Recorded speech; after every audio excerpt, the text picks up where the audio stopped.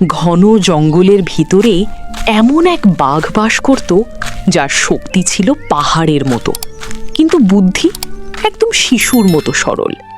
সে ভাবত শুধু শক্তি থাকলেই সবাই তাকে রাজা মানবে, কিন্তু জঙ্গলের প্রাণীরা তাকে ভয় পেলেও তাকে সম্মান করত না। একই জঙ্গলে বাস করত এক শিয়াল, ছোট, দুর্বল, কিন্তু তার মাথায় ছিল অসাধারণ বুদ্ধি। সে সবসময় দূর থেকে বাঘকে দেখে মুচকি হাসত। একদিন সে ঠিক করল এই অহংকারী বাঘটাকে এমন একটা শিক্ষা দিবে যা সে জীবনে ভুলতে পারবে না।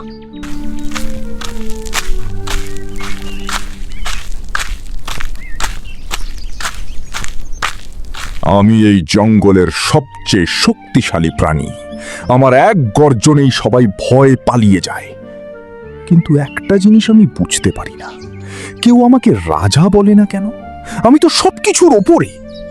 আর ওই ছোট্ট শিয়ালটা, সে আমাকে দেখে হাসি কেন? সে কি ভাবে নিজেকে?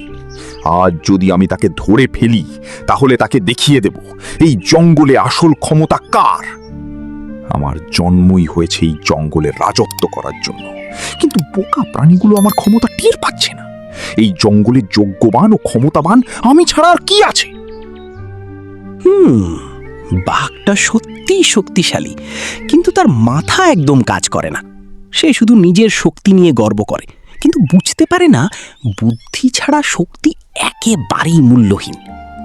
আজ আমি তাকে এমন একটা খেলায় ফেলবো যেখানে সে নিজেই নিজের ফাঁদে আটকে যাবে।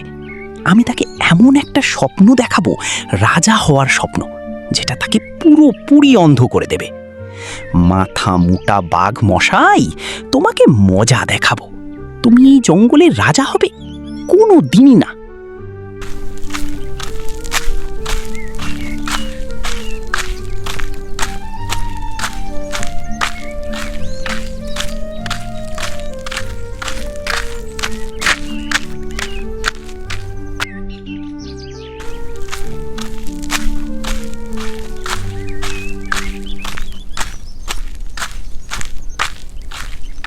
বাঘ ভাই, আপনি জানেন না, জঙ্গলের সব প্রাণী আজ একটা বড় সিদ্ধান্ত নিয়েছে।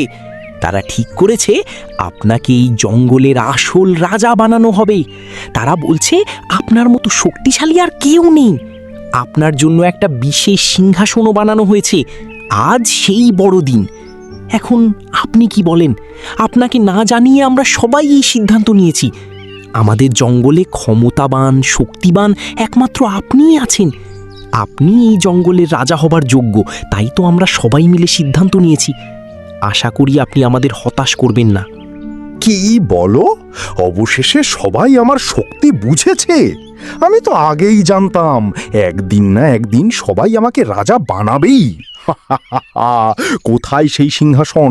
আমাকে এখনই নিয়ে চলো। আজ থেকে আমি শুধু শক্তিশালী না, আমি এই জঙ্গলের রাজা। আমি আগে থেকেই জানতাম এই জঙ্গলে আমার থেকে শক্তিশালী আর কে আছে বলো? যাই হোক, তোমরা অবশেষে বুঝেছো, সেটাই অনেক আমার কাছে। কারণ আমার জন্মই হয়েছে রাজত্ব করার জন্য। তোমরা সবাই সঠিক সিদ্ধান্ত নিয়েছো আমাকে রাজা হিসেবে গ্রহণ করে, কারণ এই জঙ্গলেতে আমি শক্তিশালী ও ক্ষমতাবান। অবশ্যই বাঘ ভাই, কিন্তু একটা ছোট্ট নিয়ম আছে। এই সিংহাসনে বসে আপনাকে পুরো 1 মিনিট একদম স্থির থাকতে হবে। কোনো নড়াচড়া করা যাবে না। এটা একটা জাদুর নিয়ম। যদি আপনি এটা মানতে পারেন, তাহলে সঙ্গে সঙ্গেই আপনি জঙ্গলের রাজা হয়ে যাবেন। কিন্তু যদি নড়েন, তাহলে সব সুযোগ শেষ হয়ে যাবে। এখন দেখার বিষয় হচ্ছে আপনি কি আপনার রাজত্ব অর্জন করে নিতে পারেন কিনা। আপনি যদি ধৈর্য সহকারে এই কাজ করতে পারেন, তাহলে আপনি জঙ্গলের রাজা হিসেবে গণ্য হবেন। এটাই নিয়ম? এটা তো খুবই সহজ। আমি তো ঘন্টার পর ঘন্টা স্থির থাকতে পারি। তুমি শুধু দেখো আমি কিভাবে রাজা হই। আজ থেকে এই জঙ্গলে আমার কথাই শেষ কথা হবে। তোমরা চিন্তা করো না, আমি নিয়ম মেনেই রাজা হব। কারণ তোমরা তো জানো আমার জন্মাই হয়েছে এই জঙ্গলের রাজত্ব করার জন্য। আর এখন আমার সুযোগ এসেছে, আমি কিভাবে হাতছাড়া করতে পারি বলো তো? তোমরা সবাই ধরেই নাও আমি এই জঙ্গলের রাজা হয়েই আছি, কারণ আমি ছাড়া এই জঙ্গলে আর কে আছে রাজা হবার যোগ্য।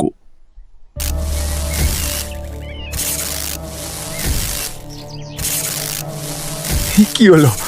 আমার শরীর নড়ছে না কেন? এই দড়িগুলো কোথা থেকে এলো? শিয়াল, তুমি কোথায়? আমাকে এখান থেকে বের করো। আমি তো কিছুই বুঝতে পারছি না। এটা কি করো জাদু? আমি তো শুধু বসেছিলাম। ওকে এখান থেকে বের করো। এখানে আমার খুব কষ্ট হচ্ছে। এই সিংহাসনের মনে হয় কোনো জাদুকরী শক্তি আছে। এই আসন আমাকে আঁকড়ে ধরেছে। এখান থেকে আমাকে বের করো শিয়াল। আমি আর অহংকার করব না। আমাকে এখান থেকে বের করো শিয়াল। বাঘ ভাই, এটা কোনো জাদু না, এটা আপনার নিজের বোকামি। আপনি শুধু শক্তিতে বিশ্বাস করেন, কিন্তু বুদ্ধির কথা একবারও ভাবেন না। যে নিজের মাথা ব্যবহার করতে জানে না, সে কখনোই রাজা হতে পারে না। আজ আপনি নিজের অহংকারের কারণেই এই ফাঁদে পড়েছেন। শক্তি আর ক্ষমতা সব নয়, সাথে বুদ্ধিটাও থাকতে হয় বাঘমশাই। যদি আপনার মাথা খাটাতেন, তাহলে আজ এই বিপদেই পড়তেন না।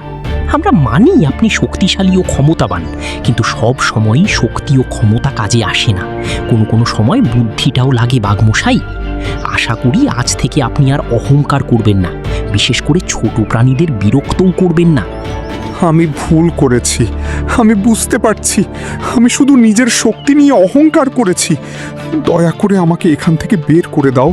আমি প্রতিশ্রুতি দিচ্ছি, আমি আর কখনো তোমাকে ধরার চেষ্টা করব না, আর কখনো কাউকে ছোট করে দেখব না। আমাকে একটা সুযোগ দাও। আমি শক্তি ও ক্ষমতার জোরে অন্ধ হয়ে গেছি, তাই ভালো মন্দ বুঝার ক্ষমতা আমার ছিল না শিয়াল ভাই।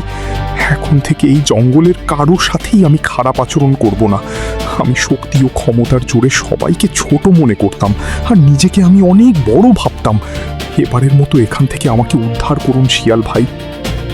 ঠিক আছে বাঘ ভাই, আমি আপনাকে আরেকটা সুযোগ দিচ্ছি, কিন্তু মনে রাখবেন এই সুযোগটা শেষ সুযোগ।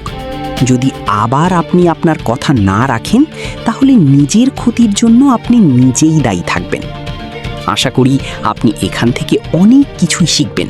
আপনি আমাদের জন্য কাজ করবেন, এই জঙ্গলের জন্য কাজ করবেন।